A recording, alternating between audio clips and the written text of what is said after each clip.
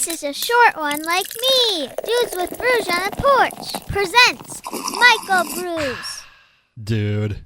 Craft Brews and Casual Conversations. Joined with me today, a very special guest, actor. You've seen him in Scout's Guide to the Zombie Apocalypse. You've seen him in American Vandal, as well as the Quibi series Wireless. Lukas Gage joins us. How's it going, man? Hey, man, it's good. How are you doing? I'm doing really well. And so before we get into all the stuff that you got going on in your life, here at Dudes with Brews on a Porch and in Wisconsin, we like to drink the occasional beer. And some more than other, I think. Are you a beer person? Are you what kind of stuff do you lean towards? I got to be honest with you. Not a big beer connoisseur. I'm a Coors Light fan. All right. Like, I'm trash. I like shitty good. light beer. I don't like IPA. I hate the way it tastes. It truly tastes like shit to me. Yeah, I understand. Yeah, but maybe I'm unexperienced enough, and maybe I need to open up my palate a little bit more. But I'm more of a vodka, tequila drinker. Yeah. It's been a long time since I've really had a tequila. I can't handle it very well. I'm not. Get you crazy? I don't know if I'm too crazy. It just makes me vomit. The last time I did it was I'm a divorced guy, but my first wedding, I had too much tequila and I threw up on the bar door. It was Did you black out at your wedding? I didn't black out, but I did vomit a lot. That's kind of badass. I can't drink rum. My first time drinking, I was 14 or 15, and I drank a fifth of Captain Morgan with my friends, and came home for the family dinner, and I threw up all over the dinner table. Yeah, that'll happen. Projectile vomit everywhere. Yeah, I'm pretty guilty of vomiting, and every once in a while, not too much. But today I'm drinking a sour, so it's from Urban Artifact, and it's a nice little summery sour. I'm trying to embrace the season because I don't want here in Wisconsin it's getting cold and windy as hell and it sucks. So yeah, it's hot as shit in LA.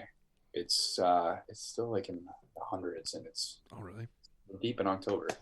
Yeah, it's Wisconsin, it's nice to see kind of all the seasons and everything like that, but I'm definitely more of a warmer type of guy. But it is what it is. But we're here to talk about all the stuff that you have going on. You have the show. It's a series on Quibi, and forgive me, I just turned 30, and I'm not up to date on what a Quibi is. I believe it's a 10-minute type series, right? There's series they're shorter episodes, correct? Correct. Yeah, they're short form episodes that were intended to be watched on the go. Okay. But the pandemic kind of screwed that up. But yeah, they're short form digital content with really cool directors and creators and collaborators, and it's a different way of telling a story and using the turnstile technique of your phone, like vertical to horizontal, to tell a story. Yeah, and yours is called Wireless. What's that about? Wireless is a psychological thriller meets a drama about a young man in college who is trying to get to a New Year's party in the Rocky Mountains, and he totals his car, and you can interact with him on the phone and see how he's going to get out of this horrible situation. That's pretty crazy. So it's a whole interactive experience. Then it's not just plopping down on the couch. You're actually doing stuff with it. That's pretty cool. Yeah, I think so too. How is it like, as an actor, conveying more of these short form things? How is that trying to pack, all that you want to get into the story into a shorter amount of time? Like what's a process like that? I think at the end of the day, it's still storytelling, no matter how long or short it is. And you just have to be clear on the arc and what you want to convey. And, but yeah, I really do think it's all the same. There's just different ways. There's so many different ways to tell a story. There's so many different formats for TV, film, theater, YouTube videos. TikTok is like an amazing form of entertainment. I mean, I've never been so entertained within 10 seconds of watching something in my life. I remember Vine used to be the thing back in the day. I had a Vine account and I made Vines. I wasn't that great at it, but I would always try to do like the trickery where you use the shadow effect to remove something or add something, but it looks like it just pops in. I liked doing that, and I wasn't that great at it. TikTok, I'm not. I'm familiar with it, and I've watched them, and there's some really funny ones, but I'm not on TikTok. I'm not on it either. I just watch it. I was a Viner. I was pretty damn good at it, I think. And then when TikTok came, I felt a little intimidated by it all. But I do enjoy watching it. I will spend hours watching it. Yeah, I fell down a lot of rabbit holes with like just random ass videos, and then the thing I like to do is annoy my my fiance and just play the same things over and over again and then just laugh. And she thinks it's stupid, but I think it's absolutely amazing, and that's I think what the point of TikTok is sometimes. Yeah, for sure. Is anyone doing like series on TikToks, or is it just kind of there's the little trends and stuff like that, but I don't know that anybody's doing like scripted content on a TikTok format. I don't know if there is yet, and I don't think there will be. I mean, I think it's meant for, there's hashtag trends that are stories that are being told by different people that have a common theme, but I don't think there is scripted yet, unless I don't know about it. Yeah, I'm not sure. So with like the Quibi stuff, is your series, is it like, with your series, is it 1 episode, 2 episodes? How does that work? Or is it kind of on hold right now? It's 10 episodes. Okay. But basically it's 110 pages, so it's basically just a movie cut into 10 little pieces. I like that. How I viewed it. Yeah. We shot out of order. It was just on TV shows you'll shoot episode by episode, but this was what they call block shooting, where all of it was at one time. So I just kind of treated it like it was a movie. Oh, that's awesome. And you got to do some work in American Vandal on Netflix, which I love that show. So good. The first season is super funny. I have an 11-year-old daughter who's almost 12. I let her watch the second season. I'm not ready for her to be like, why are there all these dicks on on cars and stuff? So I thought the poop humor was a little more easier. Yeah, for her to not always. There was some stuff in there that I was like, oh God, I gotta explain this. But the first season was great. I love the mockumentary of these true crime series that everybody just gets so obsessed in, and Making a Murderer was such a big series, and it takes place in Wisconsin, and not too far from where I live. So people all around were just so fucking absorbed in it, and everyone has their opinions about whether Stephen Avery is guilty or not. And then I actually know somebody who her mom was on kind of like part of the case at one point in time, and she was getting like death threats and stuff like that, and I was just like, all because of this fucking Netflix show. And it's a great documentary. It's made right, but it was just so intense that it was just nice to watch American Vandal, get the same feelings, and but just so much more comedic. You think he did it? I don't think he did it. I think I forget what her name was. The one girl did it. Yeah. I actually got to talk to Jimmy Tatro when I used to do radio full time, and I got to talk to him a little bit about the show. And I love Jimmy. What's that? I like Jimmy. He's a really nice guy. Yeah, he is a really nice guy. And what was it like doing that type of work? Because you're playing this true crime atmosphere, and you have to just get into that kind of mode. I suppose.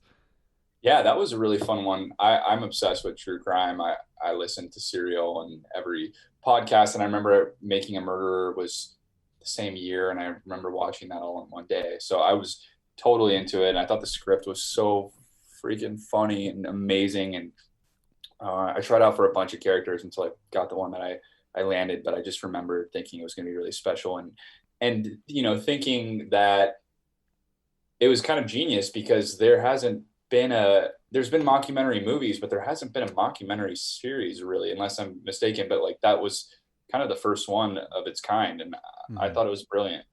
Yeah, especially in the true crime format, for sure. That they did it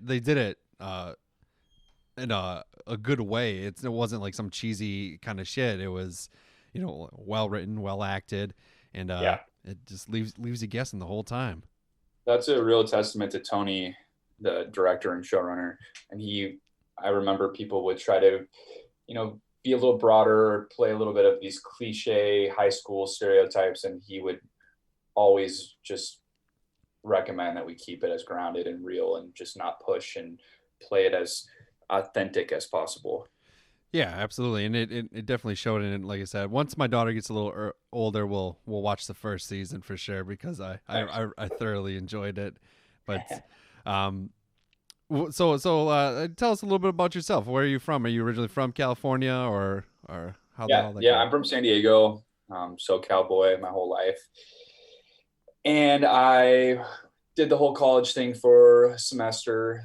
Then I moved out to LA. First job I booked in my dorm room, self-taping. I packed up my bags and never came back. Nice. And yeah, now here I am, living the dream. Yeah, I mean it's a lot of people I don't think know the process and some of the stresses that come with acting, because as soon as one job is done, you're technically unemployed and looking for a new one. So it's nothing permanent unless you get like some sort of series, but you never even know what the life of that could be like. No, you have to truly have no control and not want to be rewarded for any hard work. Just truly know that nothing is in your hands, and have like a Buddhist like mentality, which I'm struggling to adapt or to have. I started this thing called the Artist's Way by Julia Cameron. It's a great book, and I'm really into it right now. And her whole thing is to write for 3 pages, stream of consciousness, just whatever word vomit every single day. Go on a 20-minute walk, basically clear your head of all the bullshit and don't try to control anything. And that's been working out great for me. I don't even know if that had anything to do with what you were talking about, but no, that's all right. I that actually sounds very productive, because I have just an everyday life too. Like you have your own mental struggles, and me personally, like the last, I just turned 30, and for the last like 6 years or whatever, it's always just like I've had one job that I thoroughly enjoyed, but I wasn't financially set. And as a guy who was a single parent at one point with 2 kids, and it's just like, fuck. So now, I'm working these jobs that they pay the bills, but I'm not fulfilled by it. And it's hard to find that balance. And I think, I do think writing stuff down, or even just trying to process like your stream of consciousness, can be very healthy. And I think it's a practice that a lot of people actually need. I mean, really, it can be therapeutic without seeing a therapist. But totally, it is like a therapist, and a lot less money. And yeah, but yeah, I think it helps you get to your authentic, truest version of yourself, and for any career. And when you kind of write stuff out over and over again, there's only so much time you can spend complaining over the same shit over and over again, until you finally start to write out answers and figure it out for yourself. And it's cool. I think it helps with any kind of self-consciousness and any kind of doubt, or I call it the shitty committee in my head that like tells me all this bullshit that isn't real. But if I get it out and verbalize it, there's something about verbalizing it and writing it that helps me kind of release that. Yeah, for sure. You ever like look back on earlier entries and see how you have improved? Yeah, I think the noise has calmed down, and I'm a little bit nicer to myself. I'm more of a friend to myself. But also, like, I have my pages right here. I like write some pretty funny shit. I'll go back and I'll just be like, I'm a writer too, so that's great. It's been very helpful for writing. And yeah, sometimes I'm like, God, I'm kind of funny. Yeah, I'd like to, and I talk about this a lot, but one of my goals is to give a stand-up comedy a crack, because do it. I think I'm funny sometimes, and I make some people laugh. Some people might pretend to laugh when I say things, but it's the writing part for me that's always a struggle. Is like, I know what I think is funny. It's how do I write it down, and how do I present it in a funny fashion. Yeah. It's all in the delivery. And as a writer, I'm sure like you kind of have those thoughts too when you're writing this down. Is like you can read it and it can be funny, but when you need it to be funny in person, like in a live action.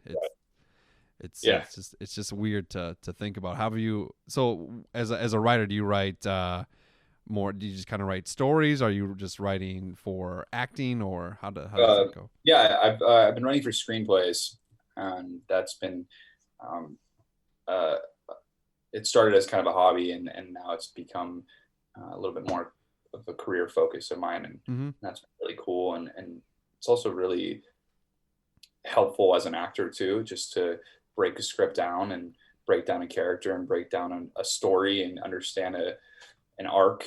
It really helps for character development. And yeah, stand up sounds really scary. My brother, who I lived with in LA for a bit, he is a mechanic, but one night he and I went to an open mic, and he actually did open mic. Oh, really? Like improv the whole thing. I was so fucking scared. I don't know how he did it, but he went for it.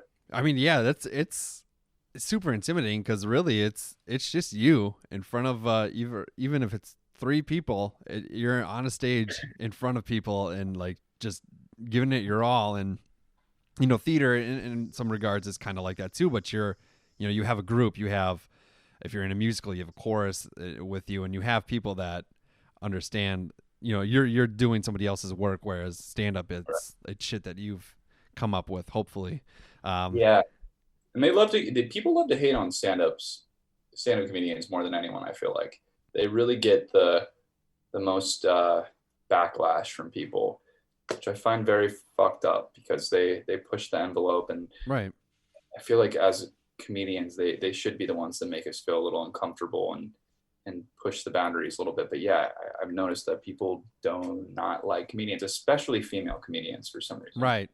Yeah, and there's some of the best comedians are female, and I don't get the perception of it. Like I got to talk to Whitney Cummings once when I was doing radio, and that was it was awesome. We only get like this in radio. You get like you get 5 minutes, and I'm like, I have so much I want to ask, but we had to talk about the book she was writing and everything like that. And then I'm sharing the time with 2 other co-hosts, and I was like, I need this conversation, but. Yeah, I love her podcast. I love her podcast. I love Nikki Glazer's podcast. I love when Amy Schumer pops on. I think they're all so talented. It's so cool you got to talk to her. Yeah, it is pretty cool. And I'm a big Christina P. fan. That's Tom Segura's wife. And Your Mom's House is probably, if I could somehow get on that podcast, get on there. I would love it. I would love it. What as an actor and stuff, have you ever thought of podcasting? Have you ever thought of like branching into that world a little bit? Yeah, I have thought about it for sure. I just don't know what I would do. I have a really funny idea that I think I'm workshopping right now, but I would think it would be really cool to, I don't know if this has been done before, but have anyone that I've ever pissed off or broken up with or gotten broken up with, and have them on there and kind of work out all the ways that I fucked up and have a conversation about that. I think that I don't know if I am fit to have a proper one-on-one interview and ask people about their career. And I think I'm a little too ADD, and I would end up just ranting about nothing. But yeah, that's one idea I'm workshopping right now. I like it. You can call it post-mortem or something like that. Post-mortem, I like that. If I steal that from you, I'll give you some credit on the first podcast. Yeah, that's good. I mean, this originally started as just me and a buddy talking, and I mean that's mostly what the episodes are, but then we're drinking random beers that we enjoy and stuff like that. But it's a lot of fun, and I miss radio a lot, and this kind of fills that void. But I really want to dive into the world of telling a story in a podcast form where it's scripted, and there's a lot of them out there and they do it so good, but I just think as a person who wants to do the comedy stuff and write a little bit more, I just think that process would be good. I'm just afraid of I think I'm afraid of the criticism. Even on this podcast I've gotten some criticism, and it's usually been constructive, and I've taken points out of it and have tried to adjust to what they say, but I get so fucking mad. And it's so hard to acknowledge that you are right, and it's hard to reflect on I am doing this the wrong way, or my shit's not the format's not where it needs to be. Do you get anything like that in acting? Oh, I get so many haters. Yeah. I get at least like one. I try not to open my DMs, but like the private DMs, Sure. I probably get at least one mean thing a day. Especially when I did the show called Love Victor over the summer, that was, I was getting, I mean, my character was an asshole, but I was getting hate mail every day. I also had gained a lot of weight when I was filming because I was on a little antidepressants at the time, a Sure. little Zoloft, but I got pretty thick. Uh, and every day I got a new message about how fat I was. I Oh was like, man. Jesus Christ. So, I mean, it's someone at my level who's not super famous, or I can't imagine the shit that A-list celebrities Right. have to deal with day by day, or the female comedians. And I remember watching. Did you watch Amy Schumer's documentary on HBOMax? I haven't. I should. She It's really good, and she catches someone talking shit next to her on the train and takes his phone and reads it out loud, and just like shames him so bad. Like, does that make you feel better to take a picture of me and talk about how fat and ugly I am? Like, Yeah. what does that do to you? Mm-hmm. Does that make you feel better about it? I don't know. I just I have to be very careful about what I read, and I'm very careful about social media and the comparison anxiety. It's like I can scroll through and look at people on vacation and booking jobs, and a part of me is very happy for them, and another part of me like hates them and resents them Oh for yeah. it. It's very toxic, and the haters are very real. Yeah, I go through a lot of those same struggles too, especially with podcasting. It's like, sometimes I'll reach out to people that I'm a fan of or something and see if they want to hop on the show. And sometimes they say yes, and then it just doesn't work out due to whatever. And then or they go not right now, and then I see them on another podcast, and I'm like, oh, you son of a bitch. But yeah, it's hard to reflect on it, like all the cool shit you get to do too. I mean, you were Yeah. in like Scout's Guide to the Zombie Apocalypse. I love that movie. It's Oh, thanks, man. it's I love it. it was a lot of fun. I'm a big zombie dude, and I love like Obvious. anything that you can mix like horror and comedy together. I just think is the perfect blend. Me too. I love the genre bending horror comedy thing. I think it's great. Yeah, and Broken Lizard has done it with Club Dread, and of course Zombieland, and even the Netflix movie The Babysitter was had its funny moments. I haven't watched the sequel yet, but I'm going to soon. I'm looking forward to it. It looks. You shouldn't watch it. No, I'm just kidding. You should watch it. I got very close to it and wasn't able to do it. Oh So really? I'm bitter. Oh, But my bad. I'm sure it's great. No, I'm sure it's great. I'm just being a hater. See, I'm a hater too. Yeah. Yeah. No, I look. I'm very lucky, and I get to do really cool shit. So if I have to deal with some people talking shit online, every day, once a day, or whenever I check it, that's okay. It comes with the territory.